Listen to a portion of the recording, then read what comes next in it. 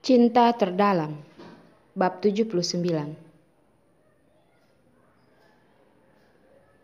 Mobil sport putih yang seharga rumah berjalan di jalan yang sepi. Rehan meletakkan satu tangannya di atas kemudi dan tangan satunya lagi di atas jendela mobil.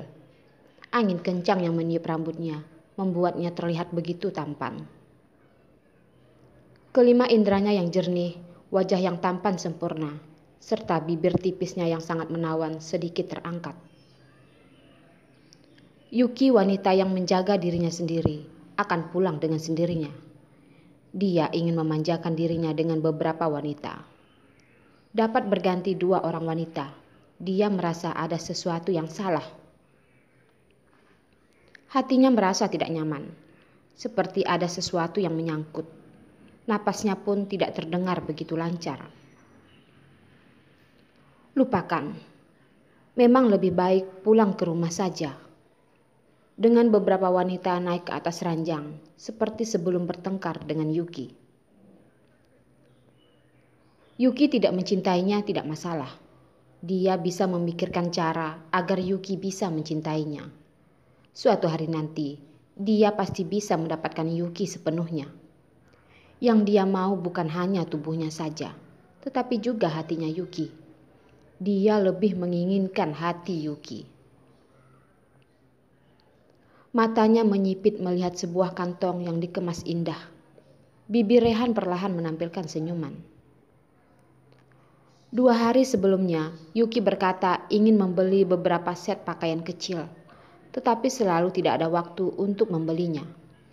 Barusan saja Rehan pergi ke kota C yang memiliki kualitas terbaik untuk pakaian bayi dan membeli beberapa set pakaian terbaik untuk bayi. Berpikir bahwa Yuki akan merasa sangat senang, sangat bahagia ketika melihat pakaian bayi itu. Senyum Rehan pun semakin mengembang. Telepon di dalam mobil berbunyi.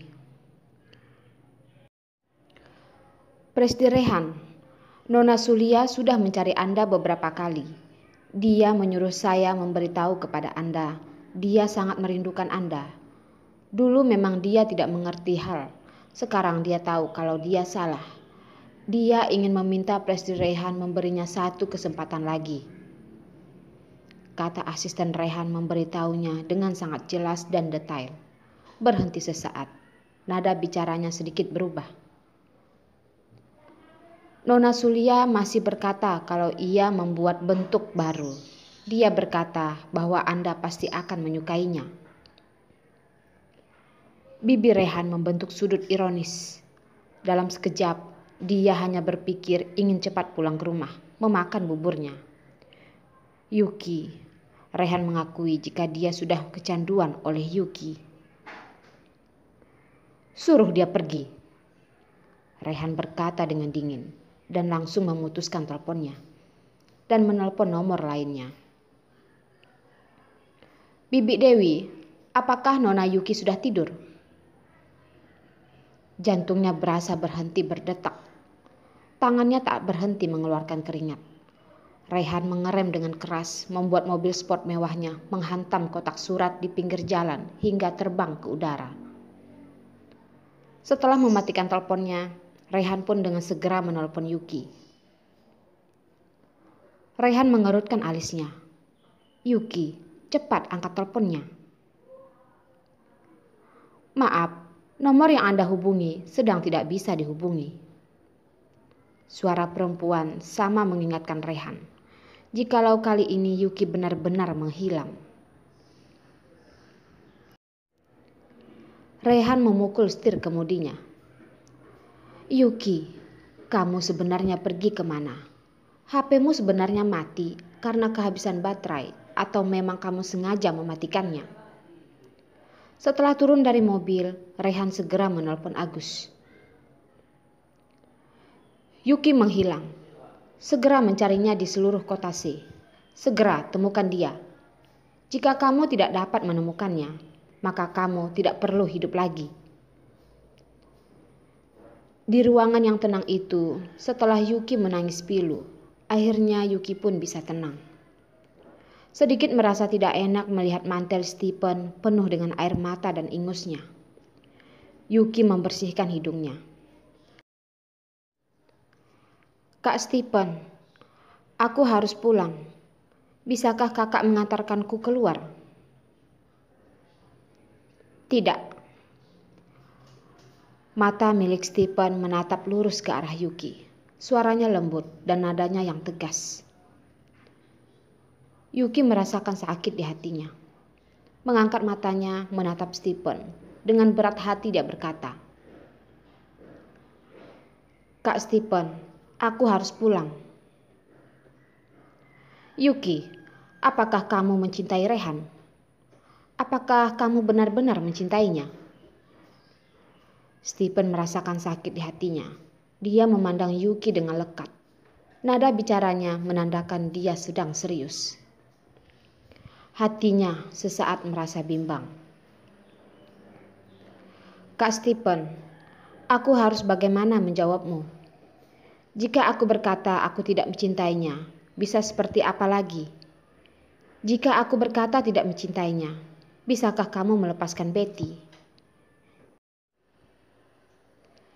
Jika aku bilang aku tidak mencintainya, apakah aku bisa begitu saja menggantikan Rehan dan bersama denganmu? Itu merupakan suatu hal yang tidak akan mungkin. Kita sudah melewati masanya. Yuki yang sekarang bukanlah Yuki yang polos dan lugu seperti Yuki 3 tahun yang lalu. Yuki yang sekarang hanyalah seorang simpanan yang kotor. Yuki menggigit bibir bawahnya, mendorong perasaan terdalamnya. Iya, aku mencintainya. Nada bicaranya datar. Tetapi di balik kata-katanya, dia memiliki rasa sakit yang tidak bisa disembunyikan. Mata Stephen terbuka lebar. Dengan lembut mengulurkan tangannya, mengelus wajah Yuki. Dengan lembut, dia berkata, Yuki, kamu sedang berbohong. Jika kamu benar-benar mencintainya, kenapa matamu bisa begitu sedih? Hati Yuki terasa sangat sakit. Mengapa? Dia selalu bisa melihat perasaan Yuki yang sengaja dia pendam. Dia bahkan sudah berkata mencintai Rehan. Tetapi, kenapa Stephen masih enggan melepasnya pergi? Mengapa dia begitu keras kepala? Jangan memperlakukan dia dengan baik. Jangan lagi memperlakukan Yuki dengan baik. Yuki sudah tidak sanggup lagi menahan tangisnya. Dengan cepat mendorong Stephen, membuat jarak darinya. Dengan berat hati dia berkata, Kak Stephen, biarkanlah aku pergi. Aku benar-benar tidak bisa lagi berada di sini. Stephen semakin memohon kepada Yuki. Yuki, berikanlah aku waktu 1 hari bersamamu. Temani aku. Aku hanya ingin waktu 1 hari bersamamu.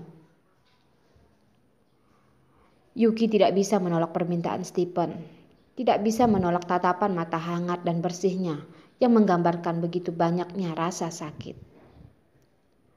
Sambil memejamkan matanya sebentar, Yuki menjawabnya dengan senyuman. Baiklah, aku setuju. Aku menyetujuinya karena ini juga merupakan terakhir kalinya kita bersama. Aku menyetujuinya karena setelah hari ini aku tidak akan lagi bertemu denganmu. Aku menyetujuinya karena setelah hari ini aku akan menghapusmu dari ingatanku. Stephen, aku berjanji kepadamu. Tidak peduli bagaimana reaksi Rehan ketika pulang nanti, tidak menemukan dirinya akan seberapa marahnya Rehan. Yuki hanya ingin memanfaatkan kesempatan terakhirnya ini untuk menerima kehangatan. Jari-jari kakak kelas Stephen yang hangat, panjang dan bersih. Melihat akhirnya Yuki menyetujuinya, Stephen pun terlihat sangat bahagia. Apakah kamu lapar? Dengan lembut memilin rambut Yuki. Stephen berkata lagi, Aku akan membuatkanmu bubur. Berusaha menahan emosinya, Yuki menggelengkan kepalanya. Berbicara dengan datar. Tidak perlu. Aku tidak lapar. Mendengar nada bicara Yuki yang begitu datar, Stephen mengelus rambut panjangnya Yuki dan berkata dengan nada menyedihkan, "Aku begitu memaksamu untuk tinggal di sini. Kamu apakah akan membenciku?" Yuki menggigit bibirnya, tersenyum menggelengkan kepalanya. Matanya sedang menahan air mata yang sudah siap untuk dikeluarkan. Bagaimana bisa Yuki membencinya? Di dalam hatinya Yuki selalu menyebut nama Stephen.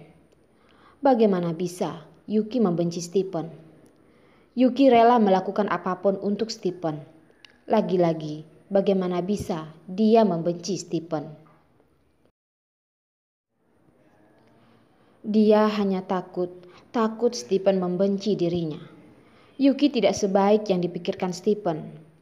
Dia sudah bukan seorang putri seperti 3 tahun yang lalu. Hidupnya dari awal sudah hancur hingga dasarnya. Yuki, Stephen tiba-tiba memanggilnya dengan ringan memeluk bahunya. Benar-benar hanya memeluknya ringan, tanpa ada maksud lainnya. Seluruh tubuh Yuki berada di pelukan Stephen. Tubuhnya tidak bisa digerakkan. Dalam sekejap, seluruh tubuhnya sudah dipenuhi dengan aroma min yang sejuk.